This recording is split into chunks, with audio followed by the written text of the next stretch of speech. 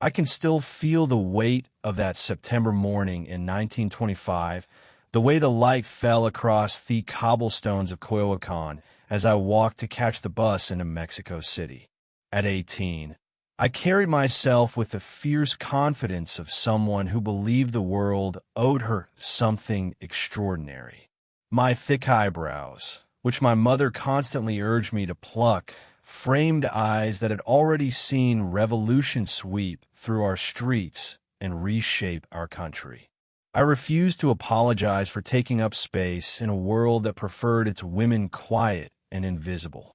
The blue uniform of the Escuela Nacional Preparatoria felt like armor that morning.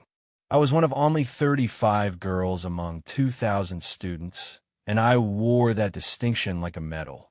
My leather satchel bounced against my hip as I hurried through streets that still smelled of dust and possibility, where vendors called out prices for marigolds and fresh tortillas, with the energy of post-revolutionary Mexico on beneath every conversation.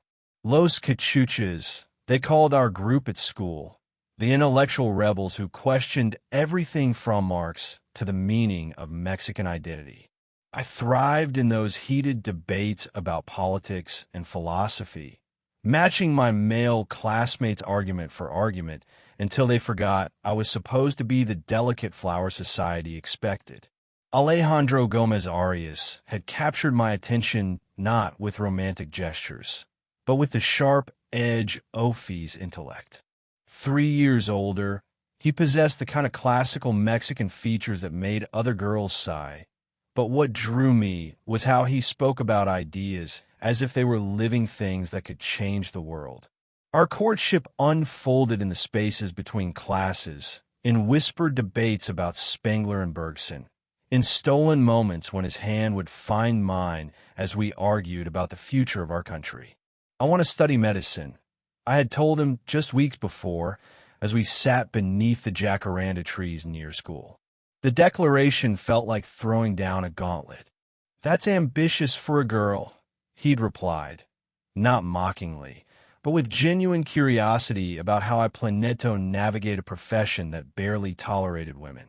"Everything about me will be ambitious," I'd answered, and I meant it with every fiber of my being. My father, Guillermo Kahlo, understood this restlessness better than anyone. Born Wilhelm in Germany, he had reinvented himself in Mexico, becoming one of the country's most respected photographers. His studio was my refuge, a place where light and shadow danced together to reveal truth. He taught me that seeing and looking were entirely different skills, that the real story always lived beneath the surface, waiting for someone brave enough to expose it. My body had already taught me lessons about hiding weakness beneath defiance. Polio at age 6 had left my right leg thinner than the left, earning me the cruel nickname Frida Kahlo, Frida Peg Leg. But I learned to walk with my spine straight, to use long skirts as camouflage, and to transform disadvantage into a kind of fierce pride that dared anyone to pity me. On September 17th, the morning began like countless others. I could smell my mother's café d'Ala brewing downstairs as I dressed carefully in my favorite burgundy skirt and embroidered white blouse. Alejandro and I had planned to spend the afternoon in Coyoacan, walking and talking about our dreams for the future. The wooden bus we boarded was painted in bright blues and reds like a piece of folk art, its hard wooden seats polished smooth by thousands of passengers.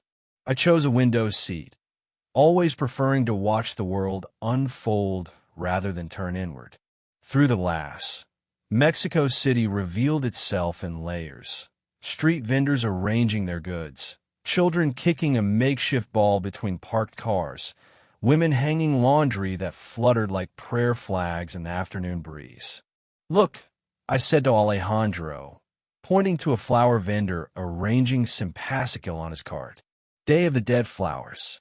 The season is changing." He squeezed my hand. "Everything changes, Frida. The question is whether we change with it or let it change us." The streetcar appeared without warning, its brass bell clanging uselessly as it bore down on our bus. In the seconds before impact, time seemed to stretch and compress simultaneously. I saw Alejandro's face transform from contentment to horror. I felt my body being lifted and thrown as if by an invisible giant shand. The collision sounded like the world ending, metal grinding against metal, glass exploding, wood splintering into 1,000 pieces. But what I remember most clearly is something almost magical, gold dust filling the air around me, catching the late afternoon sunlight like scattered stars.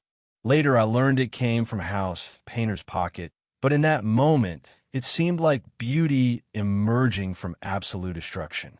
My body hit the street with a force that drove the breath from my lungs.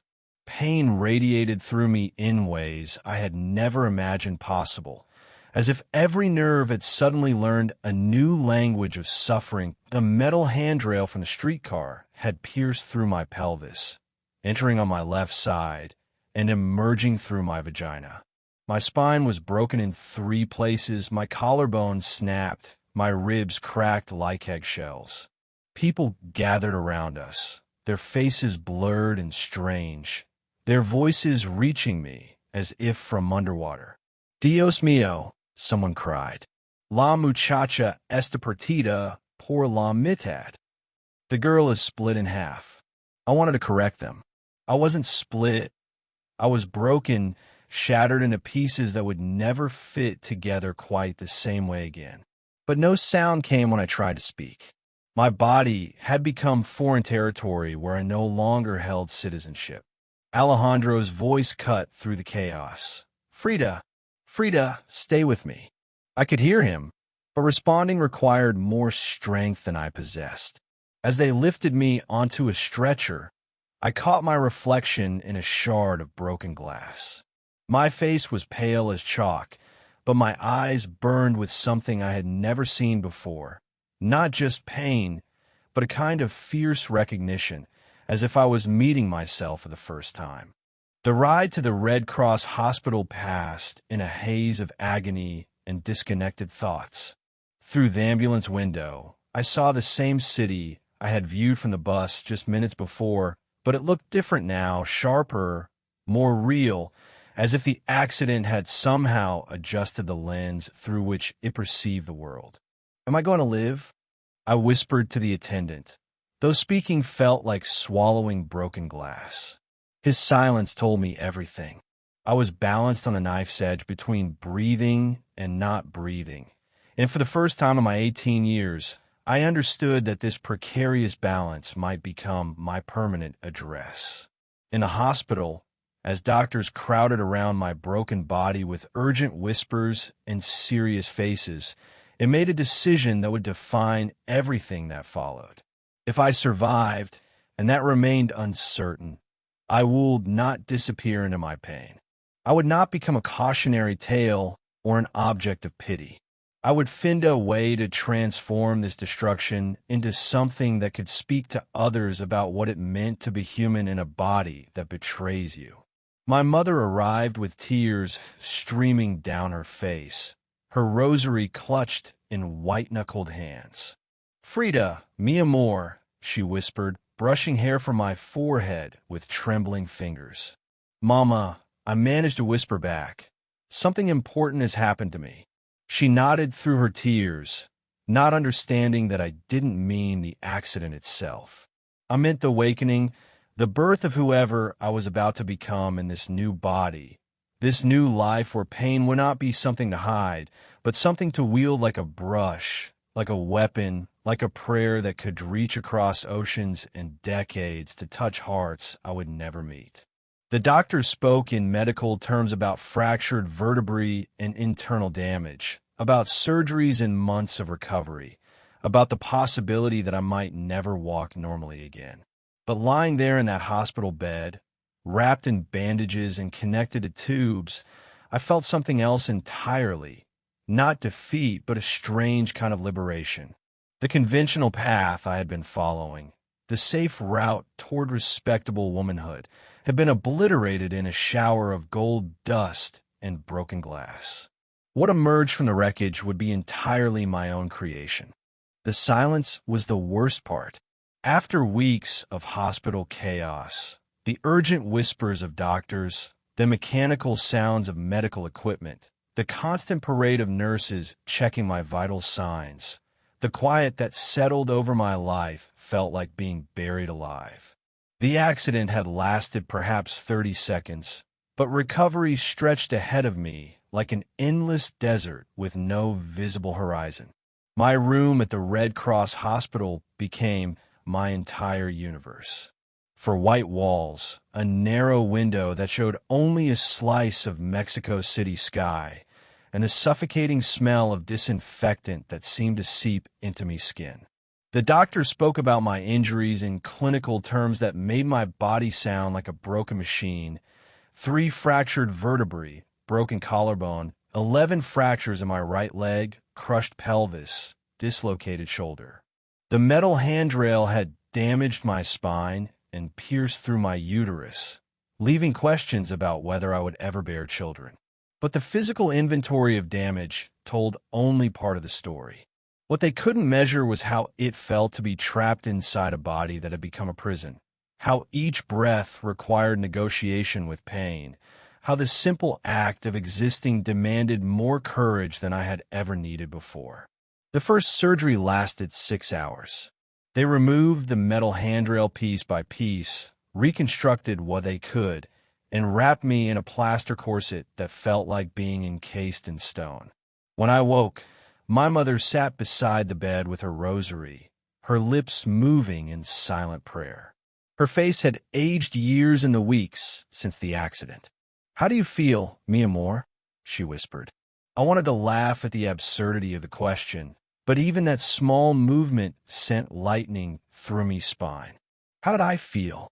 Each day was like deciphering a code written in pain, where the simplest acts, breathing, swallowing, existing, required translation into a vocabulary I was still learning. "Everything hurts," I finally answered, because sometimes the simplest truth is the only one that matters. The visitors came in waves at first. Classmates from the preparatoria arrived with flowers and nervous chatter about assignments I was missing, exams I wouldn't take, a future that seemed to be proceeding without me. They perched on the edge of chairs, clearly uncomfortable with the sight of me, immobilized, connected to tubes, my vibrant personality reduced to a pale face against white pillows.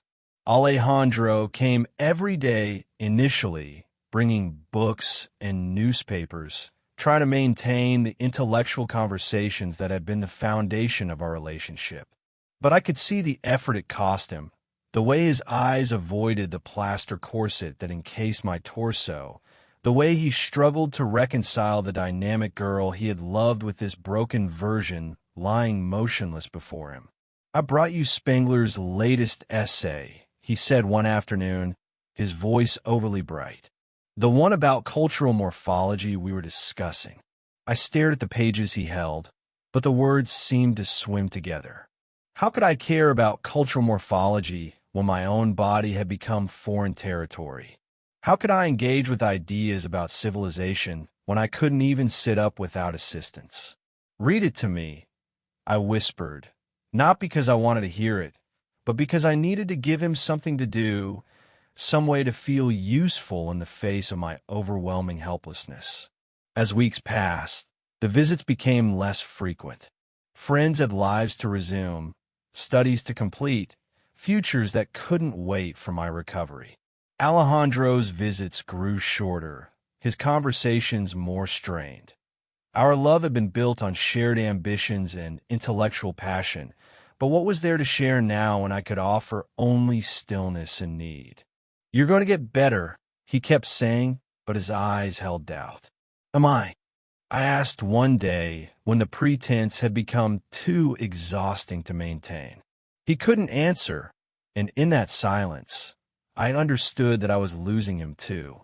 Not just my body, not just me future plans, but the person I had believed would stand beside me through anything.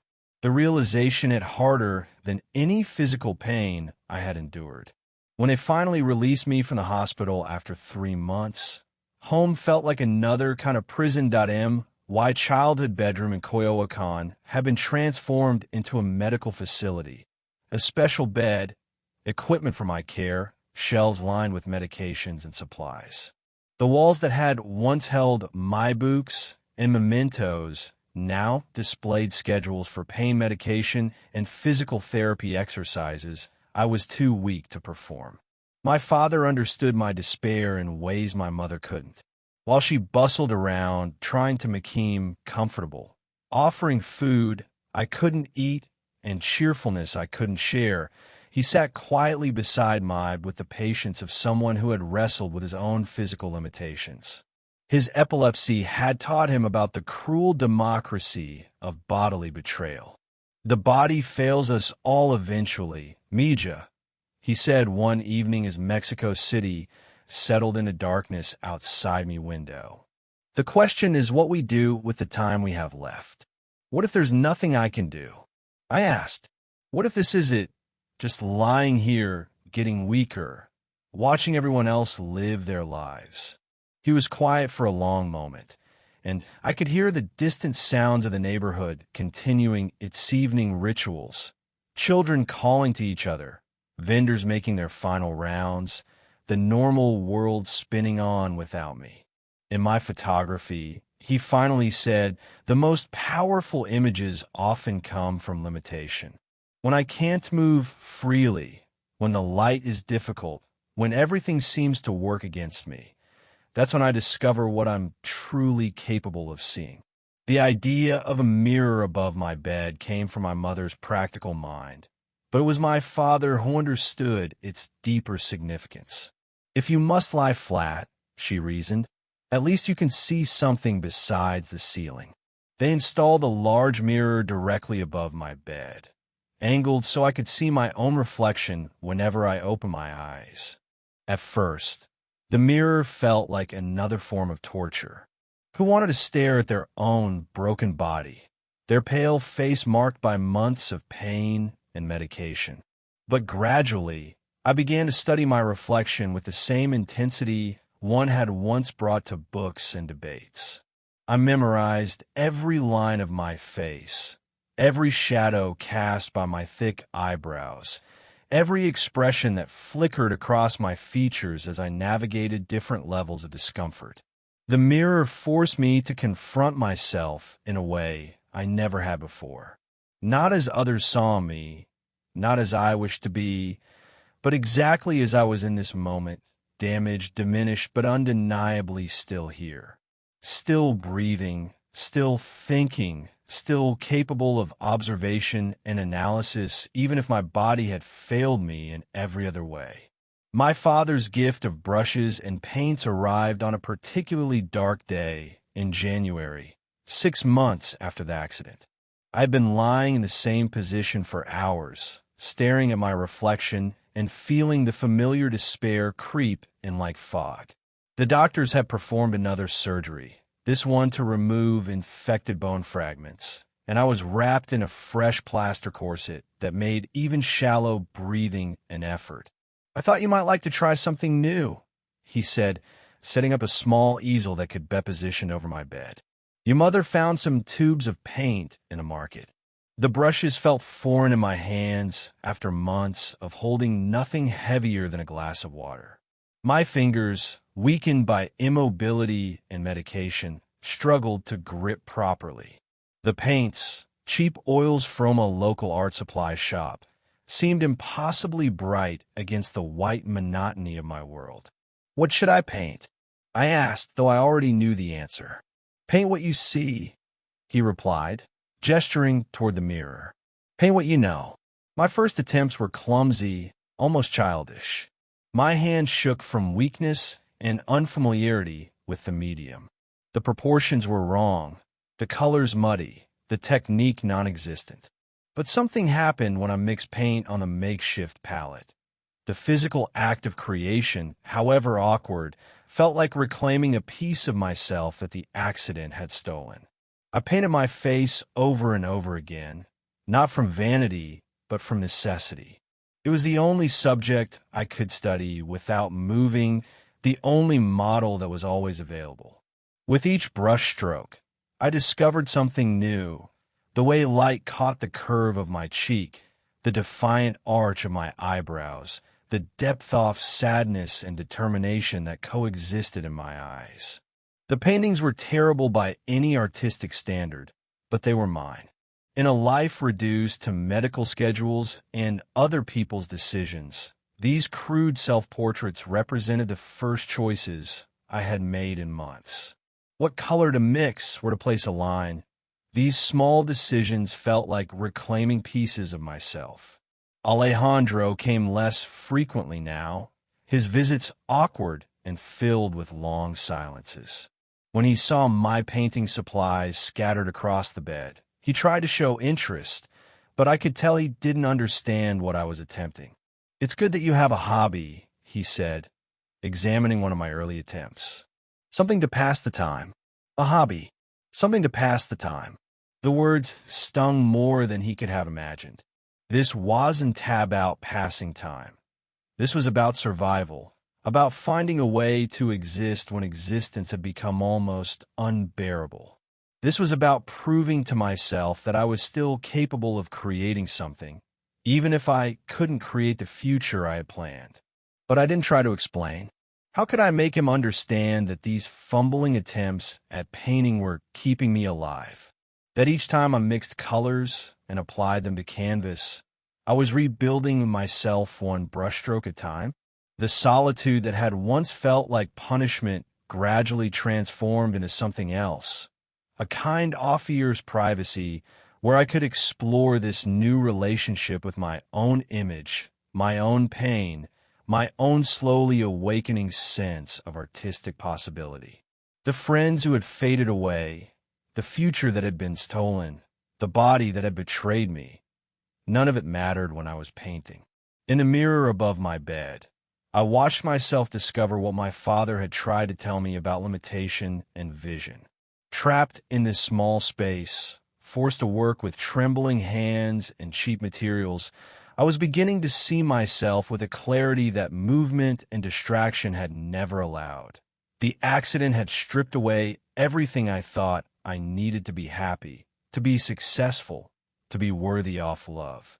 What remained was something I was only beginning to understand, a vision that was entirely my own, born from suffering but not defeated by it, shaped by constraint but not limited by it.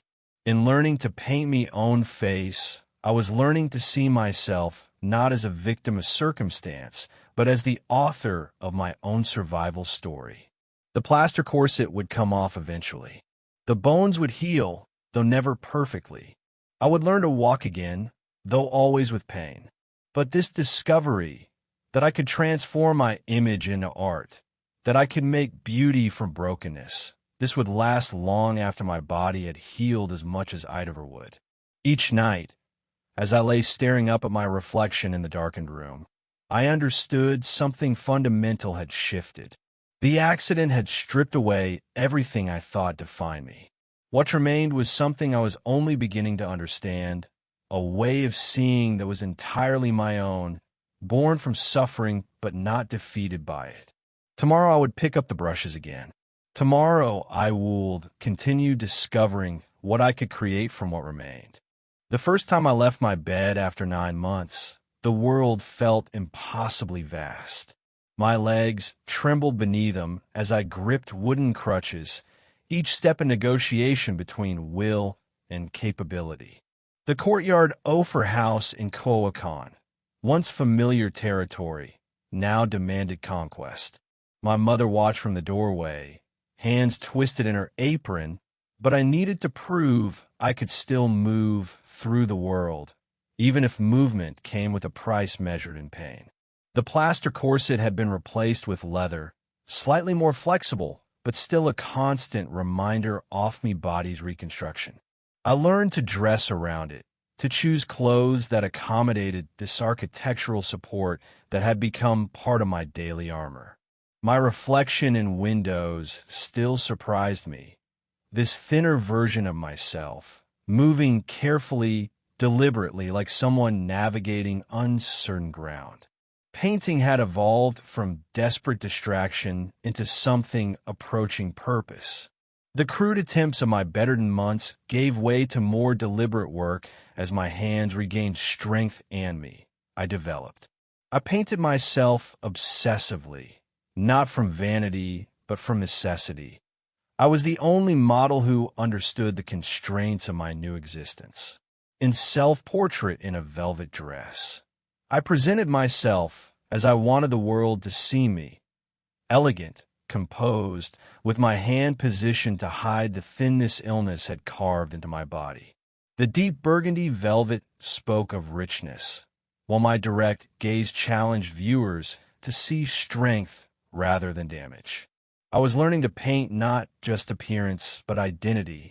My father studied the painting with the same attention he brought to his photographs. "You're learning to see yourself as others should see you," he said, "but also as you truly are." The balance between vulnerability and strength, between what was broken and what remained whole, was becoming the central tension of my work. Pain had taught me that surface appearances deceived, that important truths lived in the space between what was visible and what was hidden. My social world expanded slowly. Friends from the preparatoria began visiting again, though I sensed how they saw me now. Not as the fierce intellectual equal I had once been, but as someone marked by experience they hoped never to share. The difference was subtle but unmistakable. Alejandro's final visit came on a warm spring afternoon. I was working on a still life in the courtyard when approached, his posture suggesting a rehearsed conversation. We both understood our relationship existed, now only in past tense. "I've been accepted to study law in Europe," he said after we'd exhausted pleasantries. "I leave next month." I set down my brush. "That's wonderful. You'll do important work there." "What we had was real," he said quietly. "It mattered. I know. But we're different people now. At least I am." He nodded, relief and sadness mixing in his expression. "Will you be all right?" The question might have destroyed me months earlier. Now I could answer with confidence earned through survival. "I'll be extraordinary." After he left, I returned to my painting with renewed focus. Each brushstroke felt like rebellion against the assumption that my best days were behind me. Carmen Jamie, a friend involved in Mexico City's artistic circles, invited me to a cultural gathering in the capital. The prospect of being among people who didn't know my story thrilled and terrified me. "There are painters there," she explained. "People who would understand your work." Your work. The phrase felt foreign and thrilling. I had thought of my paintings as therapy, as survival. Carmen saw them as something more. The journey required careful planning, rest stops, medications, accounting for physical toll. But as our bus moved through familiar streets, I was seeing with new eyes. I felt something I hadn't experienced since before the accident. Anticipation about what lay ahead rather than nostalgia for what I had lost. The gathering took place in a house in Colonia, Roma, filled with people who gestured dramatically about art and politics, who treated ideas as living things worth fighting for. I recognized the energy immediately. It was the intellectual passion I had shared with Los Cachuchas, but elevated, more serious, informed by real experience. I sat quietly at first, observing. When someone asked about my painting, I spoke hesitantly about Muricent work, unsure how to present myself as anything other than a beginner learning through necessity. "Show them your self-portrait," Carmen urged. I had brought it reluctantly, wrapped in cloth, uncertain whether my work could withstand professional scrutiny. When I unwrapped the canvas, conversation gradually quieted. People moved closer, studying a painting with intensity that made me nervous and proud simultaneously. "There's something here," said a painter whose work I admired. "Something authentic, The technique needs development, but the vision is already yours. Already yours. The phrase echoed during the journey home. I had focused so intently on what I had lost that I hadn't recognized what I had gained, a way of seeing shaped by suffering, but not limited by it, perspective that could transform personal pain into something that spoke to universal experience. Back in Coyoacán, I approached my easel with new determination. I studied art books with the intensity it had once brought to medical texts, analyzed museum paintings with systematic scientific approach. But he also trusted what my body had taught me about truth, about the gap between appearance and reality. My self-portraits became more ambitious, symbolically complex. I painted myself with family photographs, exploring inheritance and expectation. I painted myself with religious imagery, examining the relationship between suffering and transcendence. Each painting was a question about identity, about survival, about what it meant to be a woman whose body had been broken, but whose spirit remained intact. Pain never disappeared. Some days it overwhelmed my ability to concentrate, forcing me back to bed with medications that clouded thinking. But I learned to work with pain rather than despite it, to let it inform vision rather than defeat it. The plaster corsets I wore became part of my artistic identity. I decorated them with communist symbols, folk art motifs, declarations that transformed medical necessities into statements of defiance.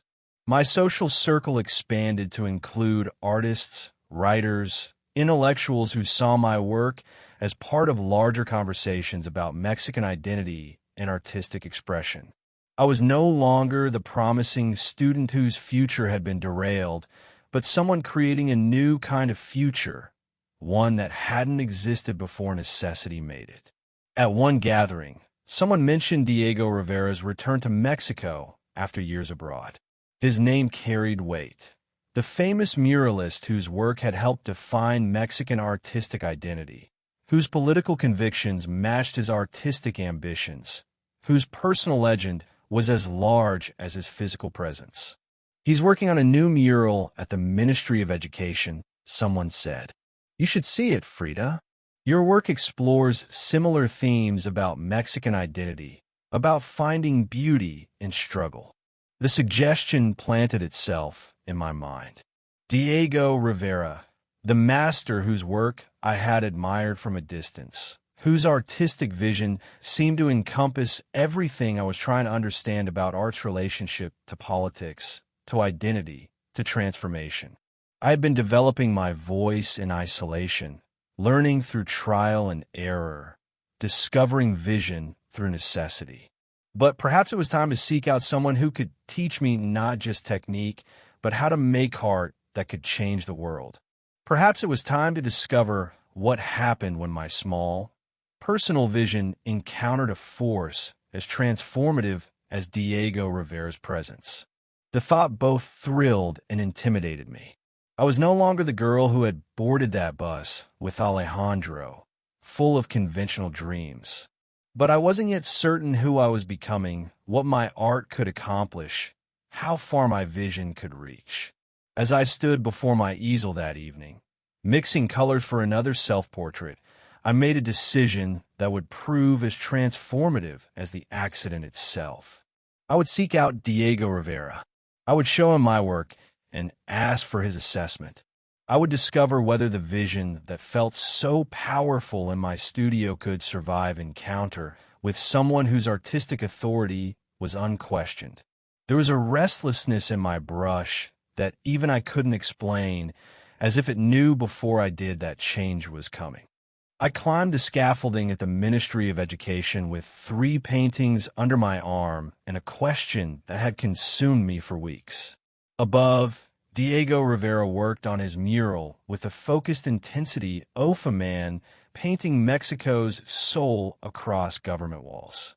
At 300 pounds, he moved with surprising grace, his voice booming directions to assistants positioning fresh plaster. Diego, I called out. He turned, and I felt the full weight of his attention. His bulging eyes, magnified behind thick glasses, studied me with the same intensity he brought to his art. At 42, Diego Rivera was already legend, the communist who had painted with Picasso, who had returned to Mexico to create murals that made politicians nervous. "What do you want?" he asked, not unkindly, but with the impatience of someone whose time was measured in square feet of drying plaster. I climbed to his level, unwrapping my first canvas.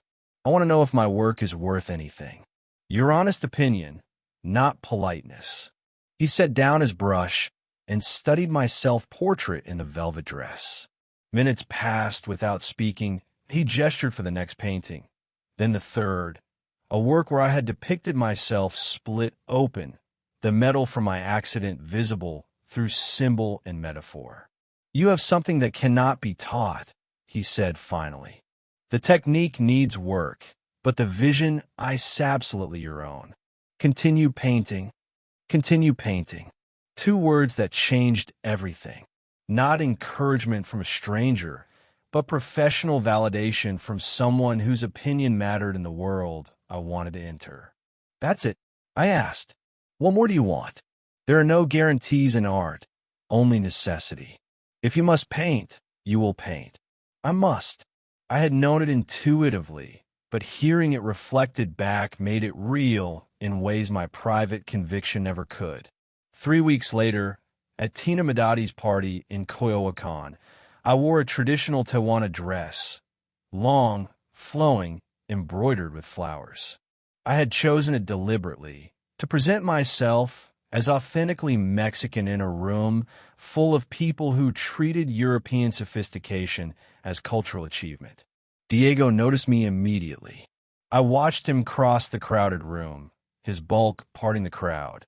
His fixed on me with unmistakable intent. "The painter returns," he said, "dressed like a goddess." "Dressed like a Mexican woman," I corrected.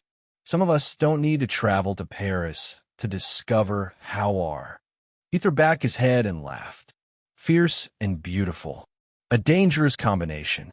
What followed was courtship unlike anything I had known with Alejandro. Diego challenged my ideas about art and politics with the same passion he brought to painting. He spoke about revolution as if it was still happening, about art as if it could reshape consciousness, about Mexico as if our country was the center of the world. Our conversations stretched late into the night, marks to Aztec mythology to the proper way to prepare mole. Diego possessed an appetite for life that matched his physical presence. He consumed ideas, food, women, experiences with equal veracity. His presence was overwhelming, equal parts inspiration and danger. When he kissed me in his San Angel studio weeks later, it was with total commitment, not gentle or tentative, but consuming. I kissed him back with equal force, surprising us both. This wasn't the careful romance I had known before. This was immediate, transformative. "You are dangerous," he said softly.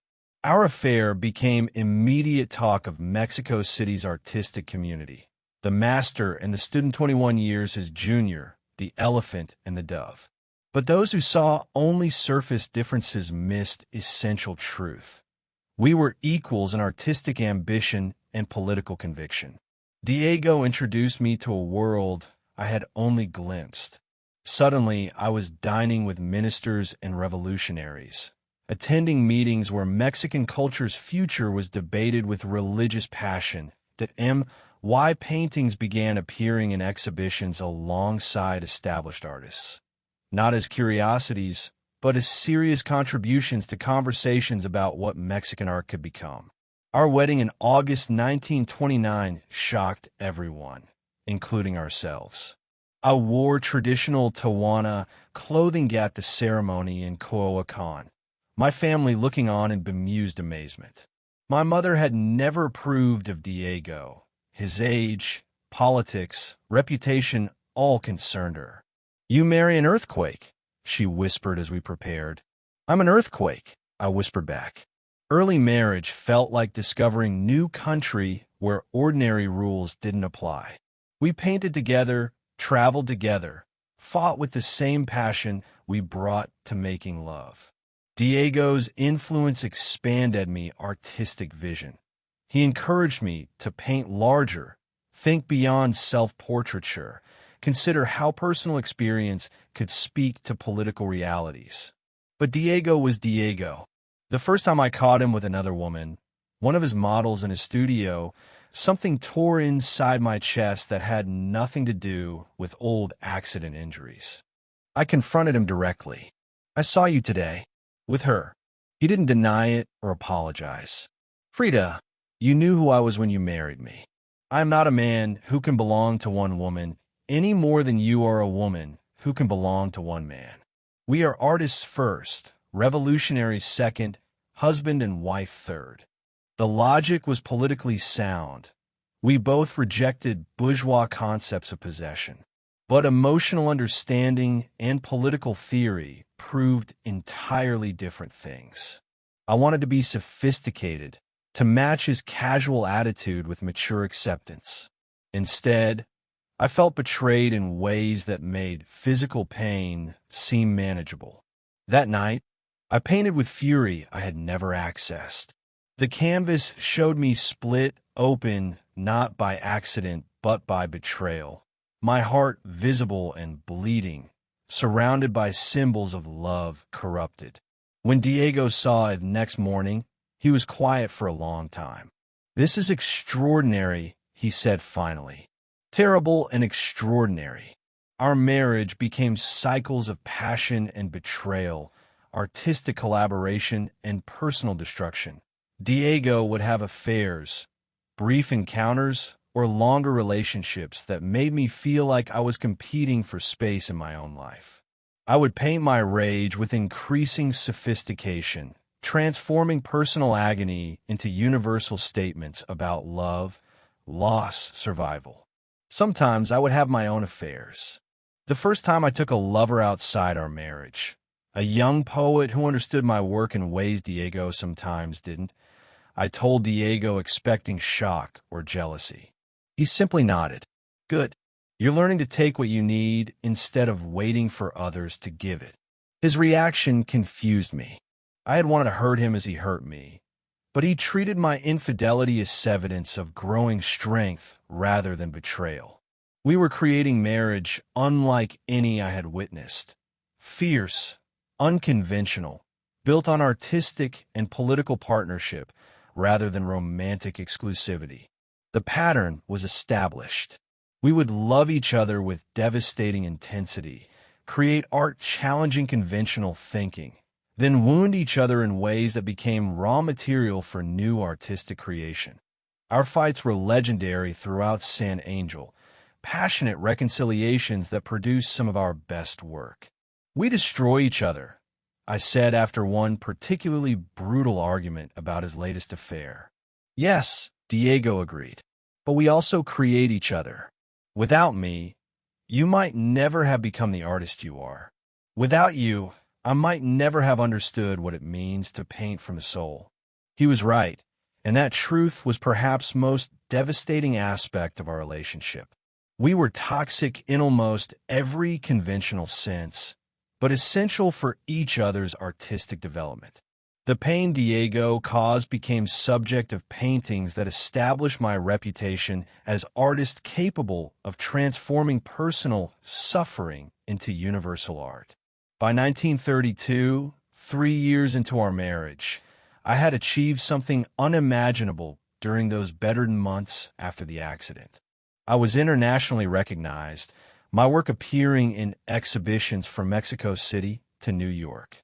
Critics wrote about my paintings with the same seriousness they brought to Diego's murals.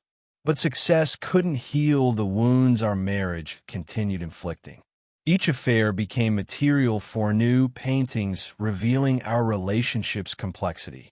I painted us as bound figures facing opposite directions, as lovers whose embrace was mutual destruction, as artists whose creative partnership required constant renegotiation between love and war. Standing before my easel one evening, mixing colors for another exploration of our impossible love, I realized Diego had given me something more valuable than artistic validation. He had shown me I could survive anything: physical pain, emotional betrayal, professional disappointment, and transform it into art that mattered. The accident had broken my body and ended conventional dreams. Diego had shown me that destruction could create beauty impossible for wholeness to achieve. Together, we had discovered that love didn't require happiness to be transformative, that artistic partnership could flourish in conditions that would destroy ordinary relationships. I was no longer the girl seeking validation from a master painter. I was Frida Kahlo, artist, revolutionary, woman who had learned to paint truth so powerful it could make strangers weep. The storms of our marriage were intensifying, but I had found my voice. No betrayal could take that away.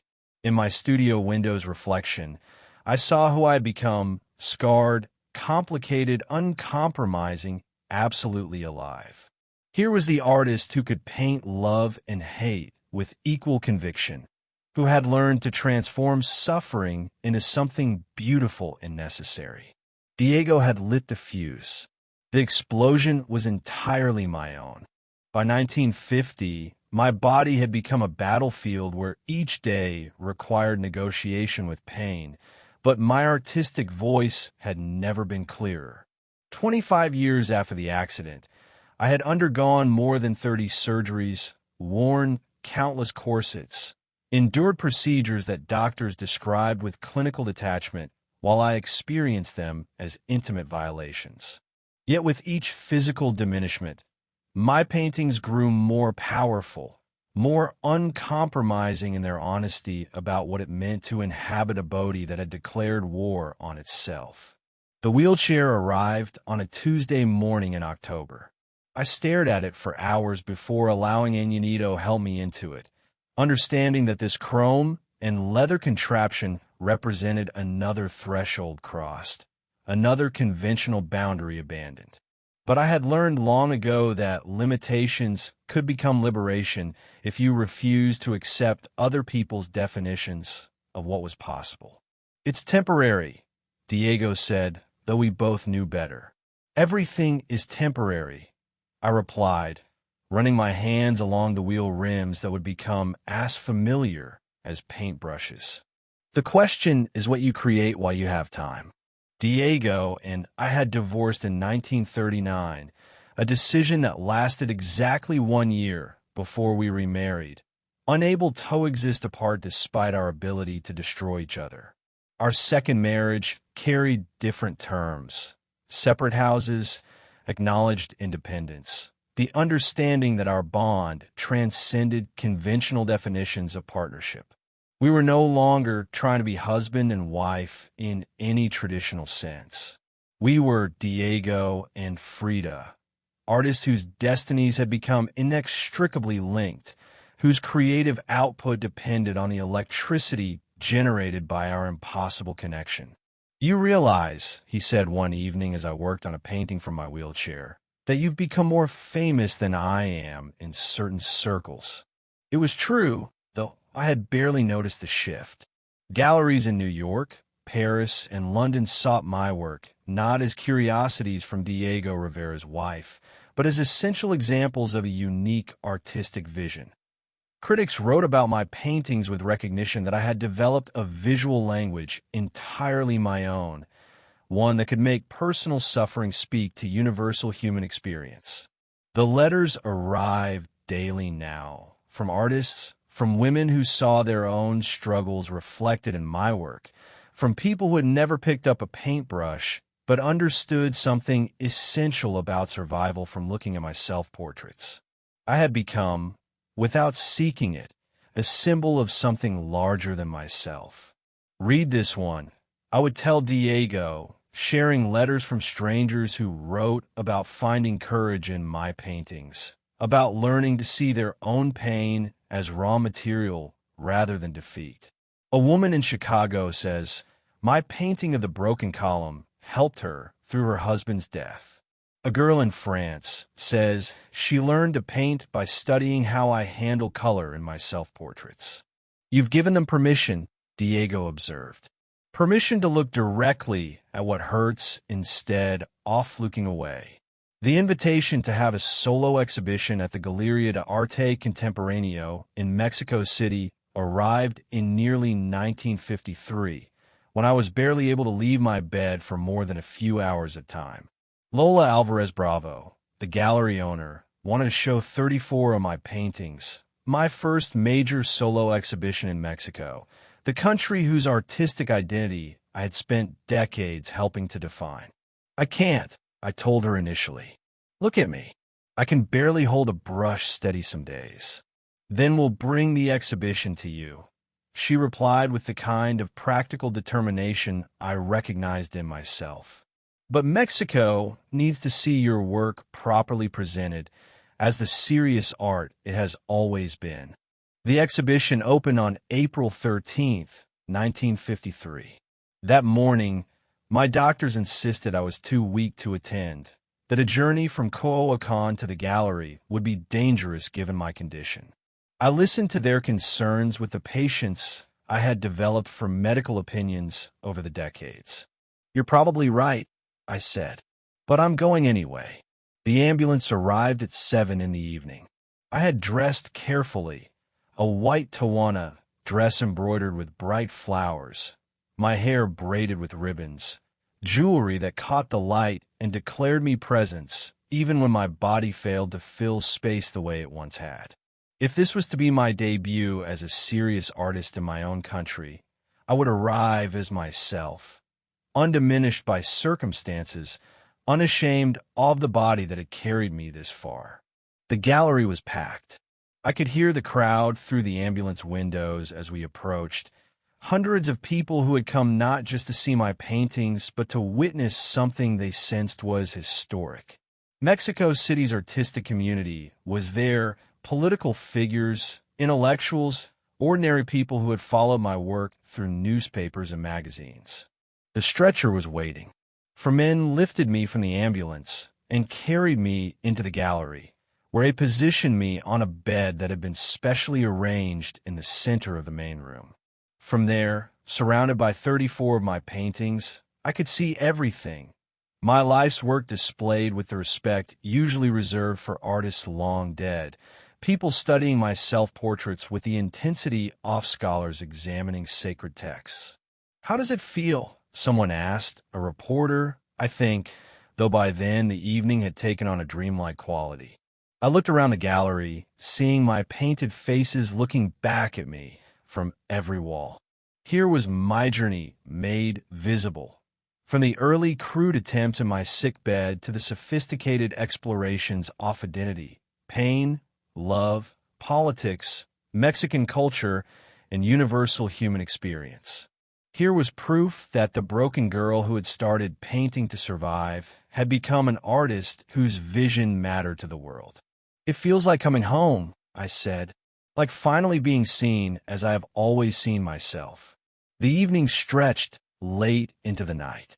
People approached the bed to speak with me, some seeking autographs, others wanting to share how my work had affected them, many simply needing to be in the presence of someone who had transformed suffering into something beautiful. I signed books, posed for photographs, held court from my bed like a queen receiving tribute. Diego stood near the wall where my painting The Two Fridas was displayed, the work that showed mid-divided self, one version bleeding, one version whole, both versions holding hands in solidarity. I watched him study it, as if seeing it for the first time, though he had watched me paint it years earlier during our divorce. "What do you see?" I called to him across the crowded room.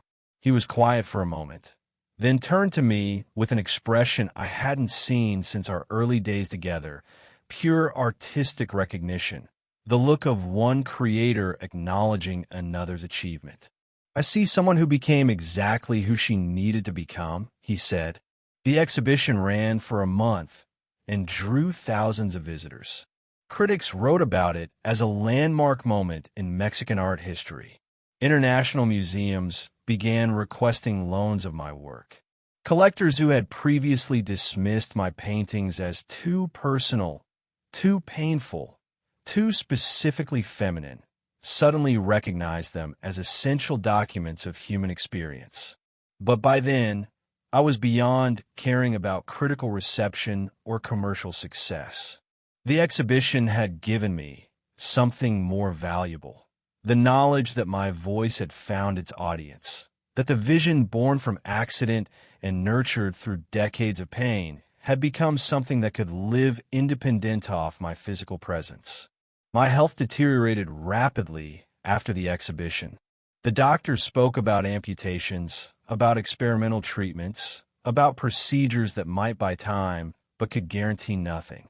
I listened with the detached interest of someone who had spent 30 years negotiating with medical professionals, understanding that they could preserve my body only so long as my spirit was willing to inhabit it. "I am tired," I told Diego one evening as we sat in the garden of the Blue House in Coyoacan, watching the light fade over the courtyard where I'd taken my first tentative steps after the accident. "I know," he said, and for once he didn't try to convince me otherwise, didn't offer false optimism or encourage me to fight battles I no longer wanted to win. "But not tired of painting. Never tired of painting."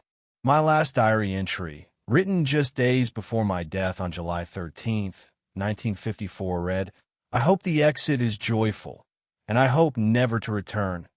Viva la vida." Long live life.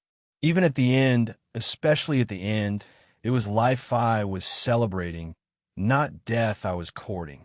The funeral brought thousands to the streets of Mexico City. Diego covered my coffin with a red flag of the Communist Party, a final political statement that caused controversy but surprised no one who had known me. Politics, art, personal truth. I had never seen these as separate categories, had never understood why anyone would want to compartmentalize the things that mattered. But the real measure of my life wasn't in the crowds that mourned my death or the politicians who claimed my legacy. It was in the paintings I left behind, visual documents of what it meant to live with absolute honesty, to transform every form of suffering into something that could speak to others about survival, resilience, the terrible and beautiful business of being human. I had started painting because I was trapped in bed with nothing else to do, no other way to occupy the long hours of recovery. I ended painting because I had discovered that art could be a form of survival, a way of insisting on your own existence when everything else tried to erase you. The mirror they installed above my sickbed all those years ago had forced me to confront myself without flinching. Every painting that followed was an extension of that confrontation, an insistence that truth, even when it was ugly or painful or politically inconvenient, was worth preserving, worth sharing, worth defending. Diego had asked me once what I saw when I looked in the mirror. The question had seemed simple then, but I understood now that it had taken me 30 years to answer fully. I saw someone who had refused toilet pain have the last word. I saw someone who had transformed every betrayal into art, every physical imitation into creative possibility, every reason to disappear into a reason to become more visible. I saw Frida Kahlo, not the wife of Diego Rivera, not the accident victim who learned to paint, not the exotic Mexican artist whose personal life overshadowed her work, but someone who had created a visual language powerful enough to outlive the body that had housed it.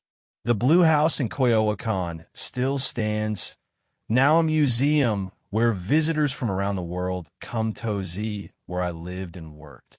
They study my paintings, read my letters, examine the clothes I wore and the corsets that supported me. But what they're really seeking, I think, is evidence that transformation is possible, that suffering need not be the end of the story, but can be the beginning of something larger than personal survival.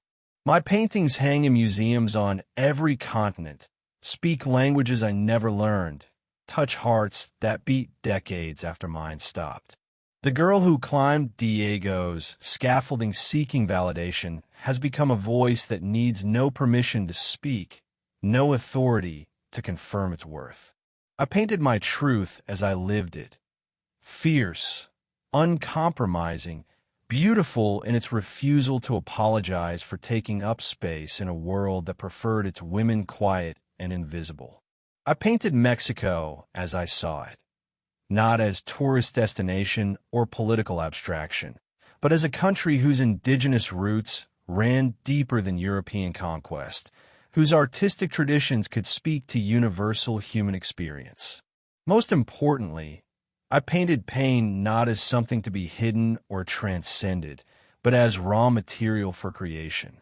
I showed that brokenness could be a form of wholeness, that limitation could become liberation, that the things that nearly destroy us can become the sources of our greatest strength. The accident that broke my body when I was 18 also broke open possibilities I never could have imagined. The betrayals that wounded my heart taught me that love could survive anything, including its own impossibility. The pain that marked every day of my adult life became the signature of an artistic vision that continues to inspire people who will never know what it feels like to live in a body at war with itself. I am Frida Kahlo. I lived with absolute honesty. I painted what I saw. I refused to be silenced by pain, by politics, by other people's expectations of what a woman artist should be or say or create. My voice echoes still in museums and galleries, in letters written by strangers who see their own struggles reflected in my self-portraits, in artists who learn from my example that the most personal truths can speak to the most universal experiences. I lived. I painted. I transformed suffering into beauty and left behind proof that no amount of physical or emotional damage can destroy the human capacity for creation. Viva la vida! Long live life. Long live art. Long live the courage to look directly at what hurts and paint it anyway. And if you enjoyed this story, don't forget to leave a like. It helps a lot and keeps us bringing more content like this.